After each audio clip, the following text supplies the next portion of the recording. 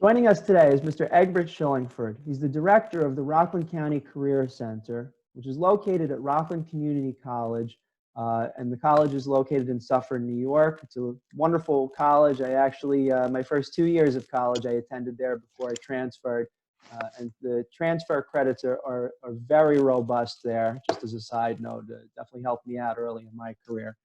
So Mr. Shillingford, thank you for joining us today. It's a pleasure. A little bit about Mr. Shillingford. He's been the director of the Career Center since the fourth quarter of 2018. Typically, the Workforce Development Board oversees the program that is conducted at the Rockland County Career Center. Mr. Shillingford has 30 years of experience working in administration for higher education in a variety of capacities: career service, professor, program director, athletic director, lecturer, currently pursuing a doctorate in education. And offline, I found out that you're also an avid tennis player. Yes. Hopefully we'll be able to get out there soon, right? Well, I hope. I mean, with COVID-19, who knows? I mean, right now, the main concern is the health and safety of all. Amen. I'll turn it over to you. We've put together a small agenda for today, and maybe you could tell us a little bit about the Career Center. Sure. Well, the Career Center main location is at Suffern, New York, but we also have a satellite office in Haverstraw. And we are in a position to assist job seekers as far as resume writing, interviewing, mock interviews, workshops, networking. So we do a variety of things. But now with COVID-19, we have to do everything from a virtual standpoint. And virtual is taken away from that personal touch, as I see it, because our business is a people business. But now that we are virtual, that takes away a little bit of the personal touch. But it doesn't mean that we stop doing what we do. We still continue doing what we do, and we try our best to satisfy the customers, satisfy the clients. So basically, we help with the resume writing. We help with the computer workshops, whether it's Excel, Word, PowerPoint, interviewing. We do mock interviews. Before the COVID-19, we did a lot of job fairs. We do mini job fairs, and we did a large job fairs. Some of the mini job fairs we targeted industry specific. And the large job fairs, we usually have one in the fall, which is in Spring Valley, and one in the spring, also in Spring Valley. And we also do a huge one over at the Palisades Center. We do one in the fall and one in the spring. Unfortunately, we are not going to have the job fairs because of COVID-19, but I would love to have a virtual job fair where I invite employers and send out make a poster, put out a blast, and I'm quite sure I am going to get the assistance of Tom, which he promised me as far as putting together that virtual job fair. And I really look forward to it. Thank you. I appreciate it. Thank you very much, Tom. And besides the virtual job fair, as I mentioned earlier before, we do workshops. So doing virtual workshops, to me, is also the way to go at this point. So those are some of the things that we are looking to do right now. Mm-hmm. How are you in the idea of creating a virtual job fair? Do you, obviously you're in the midst of researching this and such. Do you envision that it'll be live interviews or phone calls? Is there any sort of methods that people are going to be used to connect to each other one-on-one, interviewee and interviewer? Well, I think it will be a combination of both. I think it should be live interviews and possibly some form of a Zoom or a connection as far as something that is computer related, something that you could connect easily with the job seeker. This is new to me. I have never really done a virtual job fair. So I am looking for the experts to give me the advice as far as what's best. Is it best to do just a call in, or is it better to do a Zoom? I am still looking and searching to get the what's best. Whatever is best for the client and best for the customer is what we're willing to do. Mhm. Yeah, the technology is still tricky. You hear horror stories about Zoom being misused. I mean, Zoom has done a pretty decent job of adding some additional features to do lockdown to prevent certain things from happening. Um, I think it'll be interesting to handle a large number of clients. Um, in past years with the regular job fairs, how many people are typically in attendance?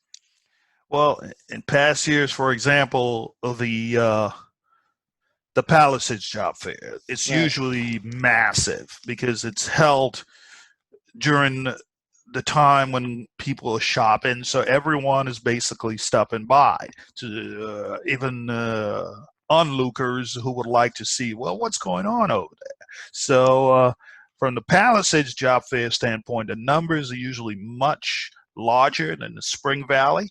So from the Palisades, I would say in the about easily or in the 150, 200, easy. Mhm. Spring Valley is a little bit different. The numbers at Spring Valley is much lower. The employers are always present.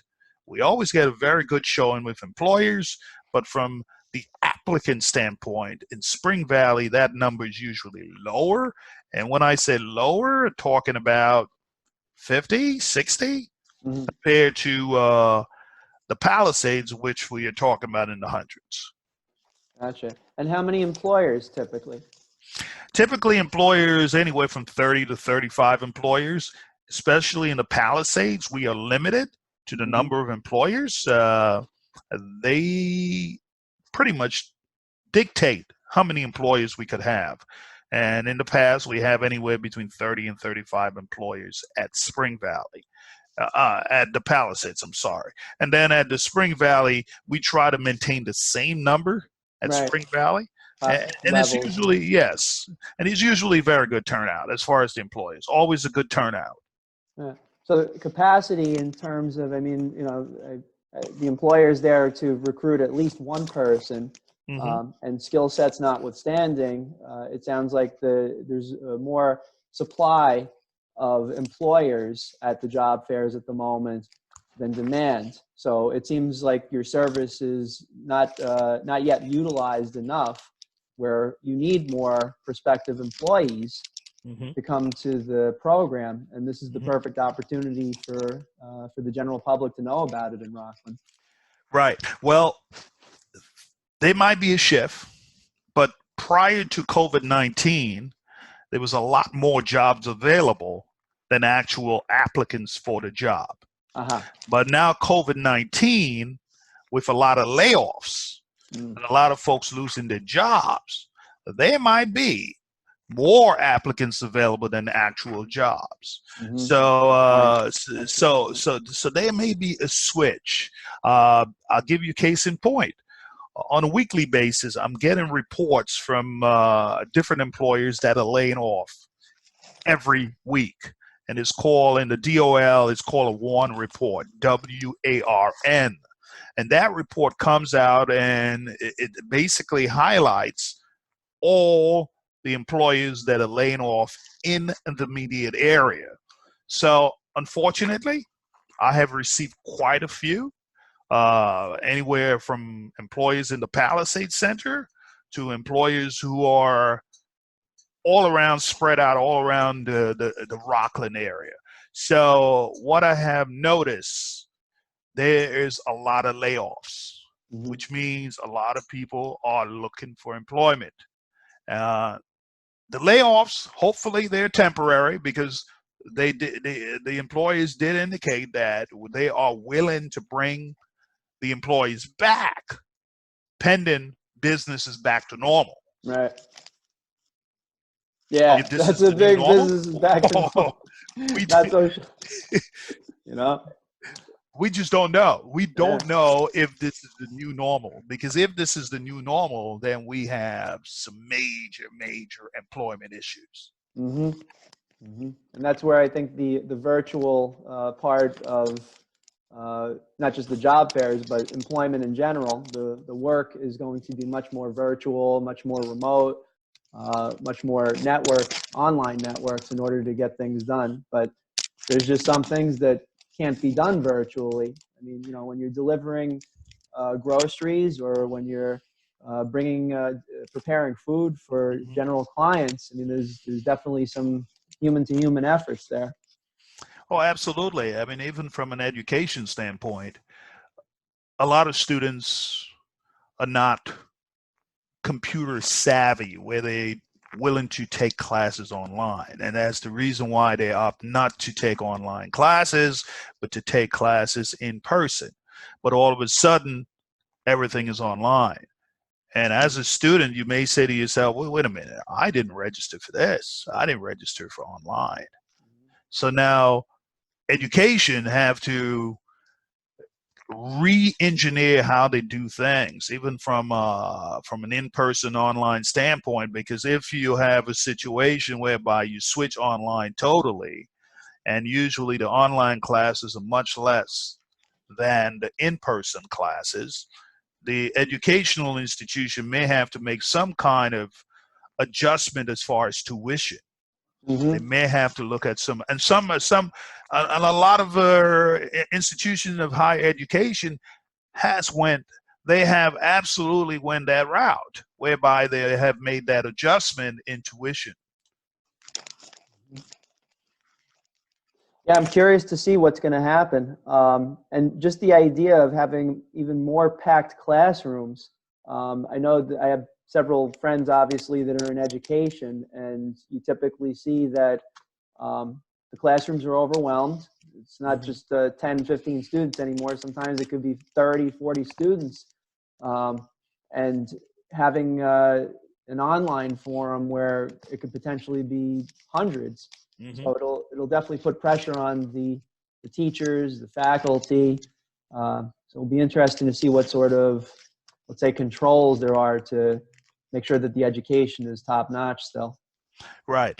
And to add a little further to from the education standpoint, I recently got a call about a couple of days ago from a gentleman who's involved in employment, and the call was all about how do we collaborate with higher ed.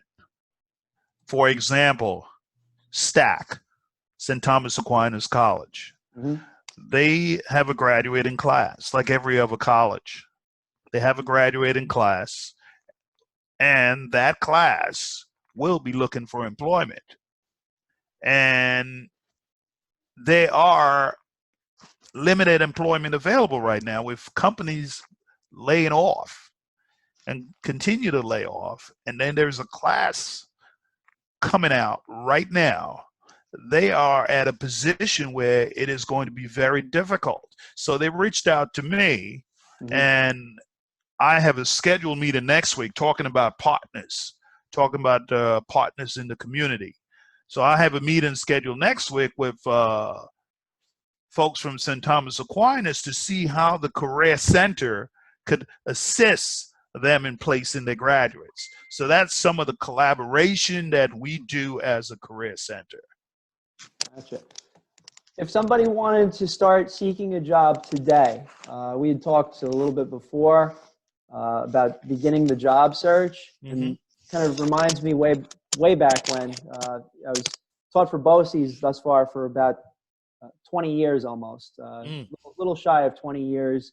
Early on in my BOCES teaching, I worked for Next Steps, which was basically helping mothers that are coming back into the workforce be able to get the right tools, the educational tools Mm-hmm. to do their job searches and gain employment. So from your perspective, since you're part of that space, building employment, what is the essentials for beginning the job search? Well, employers look for two things. They look for technical skills, and they also look for soft skills. The technical skills is having the knowledge to do the job. And how do you express the knowledge that you have acquired to do the job? It starts with a resume and a cover letter. A lot of the individuals who are being laid off now, they may not have the experience for job searching. So as the Career Center, what we do, we are positioned to help you with putting together your resume. And with a resume goes a cover letter, just explaining briefly who you are. So we at the Career Center will assist you with resume writing, with cover letter writing. But not only that, you have to also review, revise your documents before it goes out to an employer. Because you do not want to send a cover letter and a resume that is poorly written with grammatical errors. That's problematic. So there has to be a review. There has to be a revision. In addition to the resume writing and the cover letter, we would also assist with interviewing skills. And I always suggest to potential job seekers, before you actually get that job that you're looking for, it's important that you do some interviewing, some mock interviews. So we will assist you in doing some mock interviews. But most importantly, the most important way in getting a job nowadays is the networking skills, the power of networking. Who you know. What you know is very important. Don't get me wrong. Yes, you should have the technical skills, but it goes a long way to know someone within the company.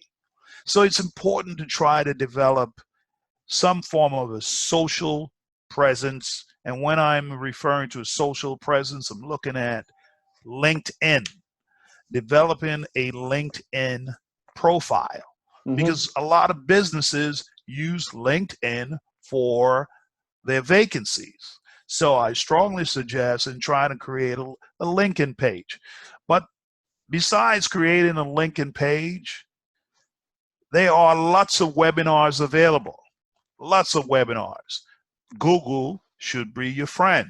Google should be your friend. That should be your friend, because there's lots of webinars available. Resume writing. This week alone, I attended 2 webinars on LinkedIn. And the webinars that I attended on LinkedIn are, one, I attended a webinar that talks about helping your clients stand out to recruiters.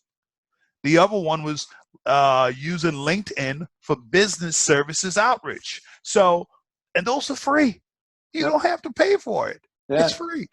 And especially now when things are so hard.